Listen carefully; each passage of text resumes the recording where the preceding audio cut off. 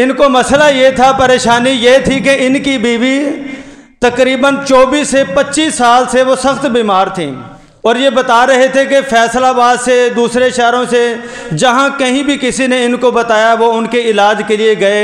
इन्होंने कोशिश की मगर कहीं से इनको सुकून नहीं मिला। और ये पिछले जुमातुल मुबारक बार बार मुझे कह रहे थे कि भाई साहब जो भी उनको दम करता है या उनका इलाज करने की कोशिश करता है उनका भी वैसे ही हाल हो जाता है जो इनकी बीवी का था। ये बता रहे थे कि सर से लेकर पाँव तक मुसलसल उनके जिस्म में दर्द रहता था। बहुत सारे जगहों से इन्होंने इलाज करवाया, डॉक्टरों से भी इलाज कराया, हकीमों को भी दिखाया, बाबाओं के पास भी गए, मगर कहीं से उनको सुकून नहीं मिला। तो अल्हम्दुलिल्लाह ये पिछले जुमातुल मुबारक यहाँ मरकज़ अव्वल दुरूद महल में आए, आकर इन्होंने बाबा जी से दम करवाया। तो अल्हम्दुलिल्लाह बाबा जी से दम करवाने की बरकत से जो बीमारी इतने सालों से डॉक्टरों की समझ में नहीं आ रही थी, हकीमों की समझ में नहीं आ रही थी, हर किसी की समझ से बाहर थी, अल्हम्दुलिल्लाह वो बाबा जी से दम करवाने की बरकत से अल्हम्दुलिल्लाह उस दिन से लेकर अब तक इनकी बीवी पहले से बहुत ज़्यादा बेहतर है अल्हम्दुलिल्लाह। तो एक बार मैं इनसे भी गुजारिश करूंगा कि आप भी बताएं कि दुरूद महल में आने से पहले आपको क्या मसला था, क्या परेशानी थी जो आप दुरूद महल में आए? सारे जिस्म में दर्द होती थी, सर से लेके पाँव तक, और रात को जिस्म जो ऐसे जैसे मछली तड़पती ऐसे जिस्म में तकलीफ़ होती थी। जी जी। तो बहुत से लोगों के पास गए हैं, तो अक्सर यही कहते थे उन पर तावीज़ हैं, बताते सब थे लेकिन किसी से उसकी काट नहीं होती थी। तो जब यहाँ का पता चला, अब आए हैं जुमातुल मुबारक को, बाबा जी ने दम किया, अल्लाह ने उस वक्त से अपना करम किया है। हर आने वाला लम्हा अच्छे से अच्छा आ रहा है, तो अल्लाह का बड़ा शुक्र है उसके ज़ात का, जिसके करम से अल्लाह ताला ने शिफा दी।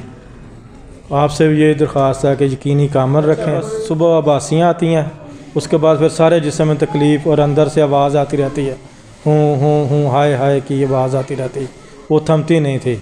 तो यहाँ तक कि वाशरूम में भी जाना मुश्किल, खाना भी खाना मुश्किल, तो बड़ी तकलीफ़ काटी है इन्होंने। अच्छा, जो पहले उनकी कैफियत थी उससे अब से लेकर अब तक उनकी तबीयत कितनी बेहतर है? अभी बहुत बेहतर अल्हम्दुलिल्लाह, हर आने वाला बहुत आगे। तो पहले 24 घंटे तकलीफ़ रहती थी, अभी ज़्यादा टाइम अच्छा गुजरता है। अच्छा, तो एक बार नहीं कहते थे तावीज़ किए हुए हैं, तावीज़ों का असर है। शादी ब्याह के मसाइल जो होते हैं उनकी वजह से किसी ने बुरा किया हुआ है, जुल्म किया हुआ है कि ये अलग हो जाएं। बस मैं जो ही घर में आता था ना, तो कंधों पे बोझ पड़ जाना और सारे जिस्म में तकलीफ़ शुरू होना, सर के बालों से लेके पाँव के नाखूनों तक। पहले जो कैफियत थी, अगर हम इंजेक्शन भी लगवाएं ना तो इनकी दर्द में कमी नहीं आती थी, क्योंकि जो मेडिकल का पेशेंट होगा ना उसका आप पेन का इंजेक्शन लगवा देंगे तो उसकी कुछ ना कुछ टाइम के लिए वो पेन ख़त्म हो जाएगी। लेकिन जिसको ऐसे मसाइल होते हैं उसके ऊपर कोई मेडिसिन असर नहीं करती। अच्छा, आपने उनकी मेडिकल रिपोर्टें भी करवाई होंगी? बहुत कोशिश की है डॉक्टरों के वाले, वो तो यही कहते हैं किसी दर्द का इंजेक्शन लगाने के बाद भी वो कैफियत रहती है ना, फिर वो आखिरकार यही कहता है कि इनको कोई और मसला है, क्योंकि पेन का इंजेक्शन लगने के बाद पेन ख़त्म होनी चाहिए। अच्छा, ये आपकी 24-25 साल की बीमारी अल्लाह ने करम किया है, सुकून अता फरमाया अल्हम्दुलिल्लाह।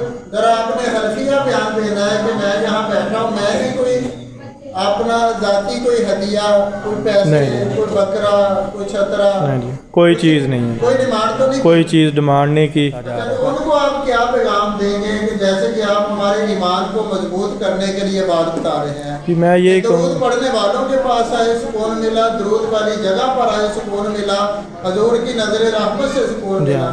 अब जो लोग आप देख रहे हैं कि इधर कोई दिमाग नहीं जाती जी, कोई हदिया नजराना, कोई बकरा, कोई चीज़ नहीं है, कोई ऐसी चीज़ नहीं है, तो जो इसके बावजूद भी जो बद बोलते हैं वो झूठ बोलते हैं, वो झूठ बोलते हैं, वो झूठ बोलते हैं।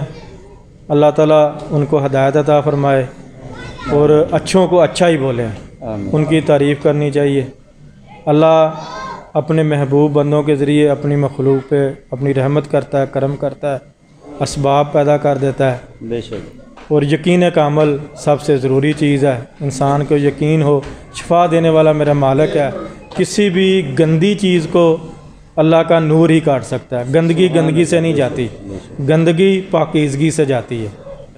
आप ये देखें कि यकीन करें, ये पिछले जुमातुल मुबारक ये बार बार मुझसे एक ही बात कर रहे थे। मैं इनको यही कहता कि घर जाके हो जाएंगे, घर जाके तकलीफ ना, मसला तो नहीं बनेगा, शिद्दत ना बने। 24 साल से ये 24-25 साल से ये कितने परेशान हुए हैं, कितनी जगह से इन्होंने इलाज करवाया, बहुत से लोग असाइयों के पास गए और गैर मुकल्लद के पास गए। अल्लाह का हम पर कितना एहसान है दुरूद पाक की बरकत से ये मैं आपके सामने सही सलामत बैठा हूँ। इनका कहना ये था कि जो उनका इलाज करता है उसकी हालत गैर हो जाती है। आखिर में वो जवाब दे देता है, उसके पास बहाना यही होता है, जी आराम आ जाएगा, आराम आ जाएगा, वो बहाना होता है आखिर में। फिर मेरी तरफ से जवाब है, इलाज करने वाला डर कर पीछे हट जाता है, वो तकलीफ होनी शुरू हो जाती है।